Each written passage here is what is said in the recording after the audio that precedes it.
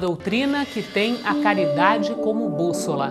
Uma filosofia que propõe a lei de causa e efeito como explicação para os males humanos. Uma ciência iluminada pela fé. Estamos falando do Espiritismo.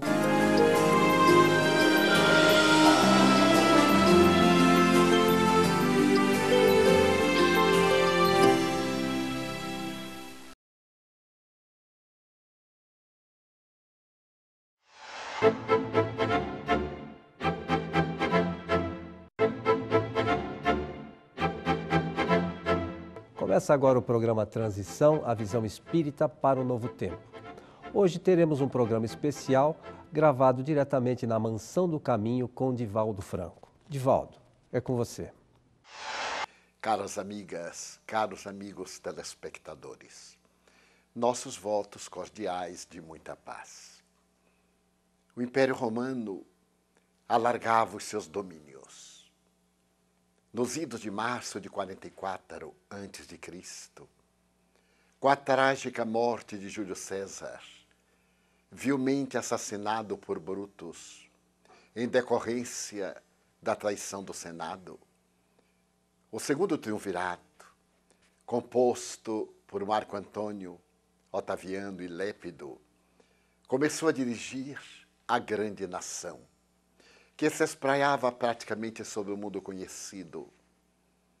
Otaviano, no entanto, pelo rigor dos seus valores, os seus princípios éticos morais e a sua fidelidade à pátria, após vencer Marco Antônio nas batalhas do Egito, que fugiu envergonhado pelo suicídio ao lado de Cleópatra, procurou dignificar as tradições que predominavam em Roma, ao mesmo tempo em que se descartou de Lépido, mandando para governar uma província longínqua. E graças aos seus valores de natureza ética, conseguiu consolidar o império, que se apresentava com vários perigos de esfacelamento. Os historiadores sempre interrogam o que teria acontecido naquela época, porquanto, graças a esse homem vigoroso, a paz pareceu reinar durante um longo período por todo o mundo conhecido. Sucede que foi exatamente nessa época que o mundo espiritual culminava a preparação da vinda de Jesus à Terra, tendo enviado antecipadamente os grandes embaixadores dos céus, para que criassem no planeta o clima da beleza, da paz, da solidariedade. Foi nesse período que floresceu com magnificência a filosofia, a arte, especialmente a literatura, os poemas, surgindo de todos os lados, através dos notáveis pensadores que caracterizaram o século de Otaviano. Nasce Jesus, e na sua condição de rei solar, a terra já não mais será a mesma. O seu berço, numa improvisada manjedoura, numa estribaria, será naturalmente o marco divisório da história da humanidade terrestre. Porque a partir dali, os valores éticos tradicionais irão ceder lugar à nova ordem do Evangelho, que ele pregará às margens canoras do Mar da Galileia, ou nas estradas poeirentas de toda Israel, proclamando chegado o reino dos céus.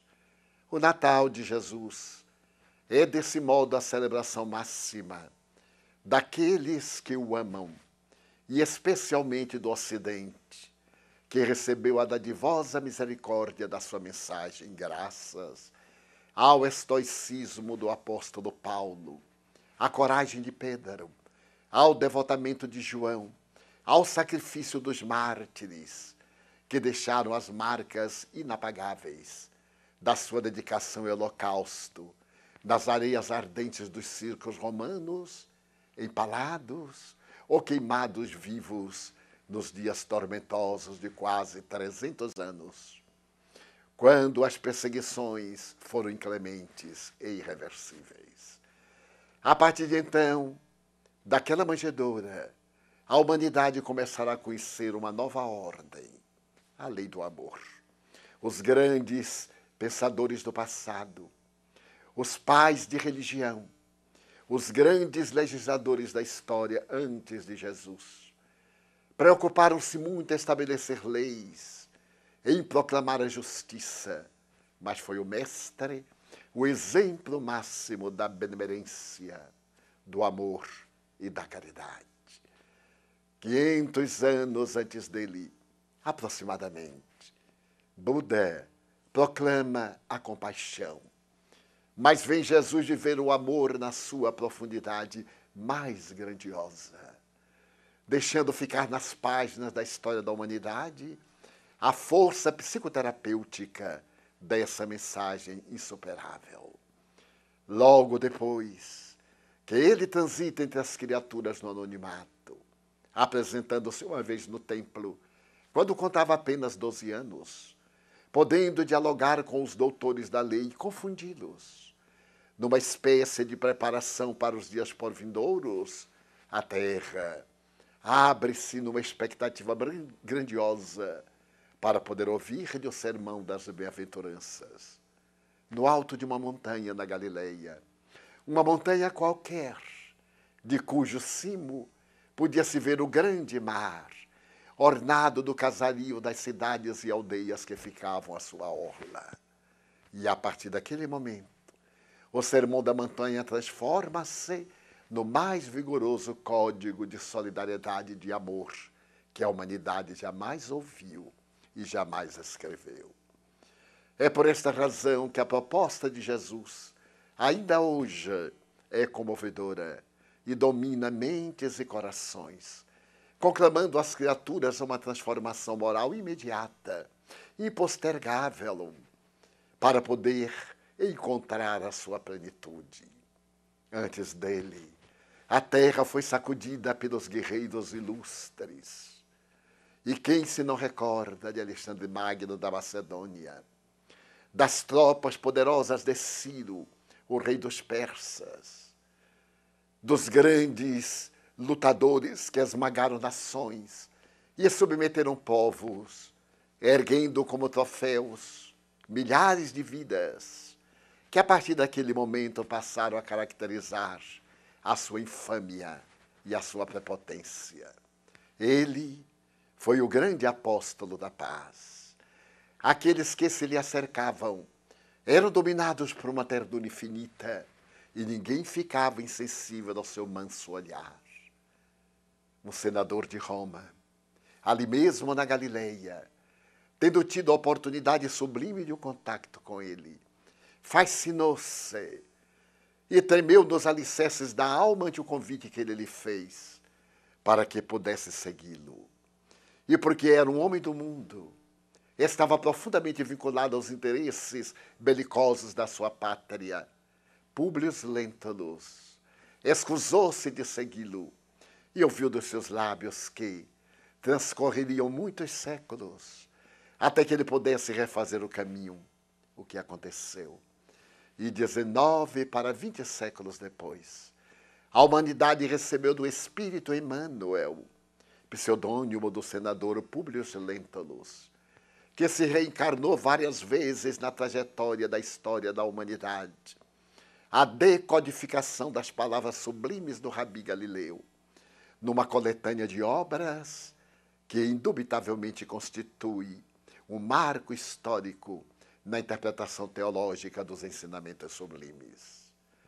Mas muitos de nós também devemos ter tido contato com ele, ou com os seus discípulos, ou com aqueles que vieram depois, e não tivemos a coragem de aceitar o seu convite. Não nos foi possível entregar a vida, a alma, a este ser singular, que ainda hoje continua convocando-nos à reflexão, para que nos dediquemos ao bem e à solidariedade, caminhos únicos para a felicidade da criatura humana na Terra.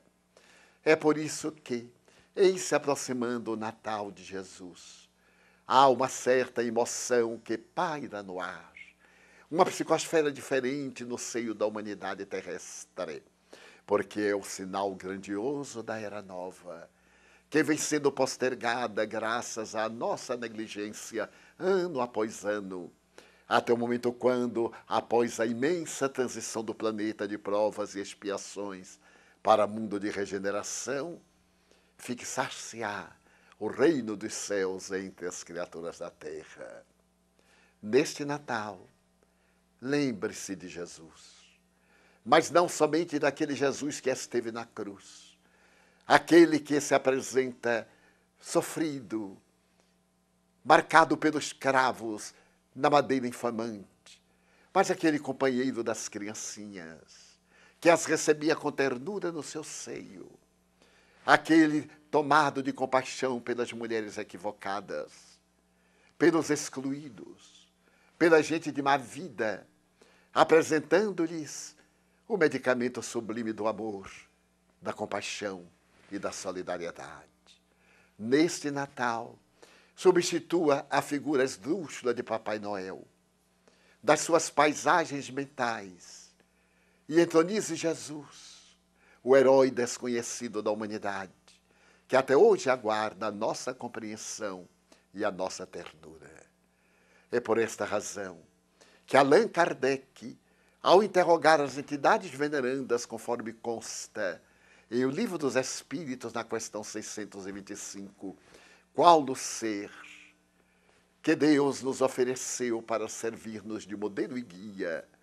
E a resposta automática foi de apenas 2 sílabas: Jesus.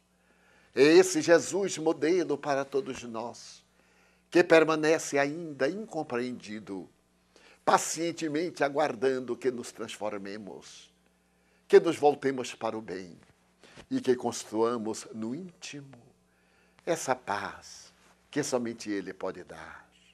Vivemos uma hora de tribulações, de violência, de amargura.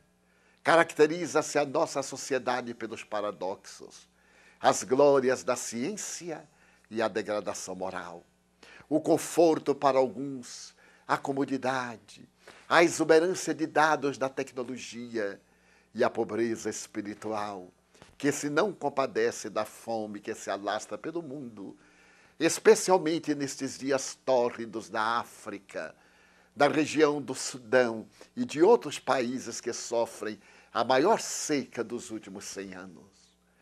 Que nesses dias, os dias do Natal, que o precedem, que o sucedem, recordemo-nos das mãos grandiosas de Jesus, de estendendo os pães, os peixes, mas sobretudo a palavra libertadora, luminosa, para nos desencarcerar do presídio tremendo das paixões inferiores que nos tem mantido na retaguarda do processo da evolução. Jesus é, portanto, o símbolo máximo a que podemos aspirar em nossa trajetória evolutiva, o nosso modelo e o nosso guia. É o caso de perguntarmos: qual tem sido a nossa conduta em relação a Jesus? Como nos temos comportado em relação ao nosso próximo?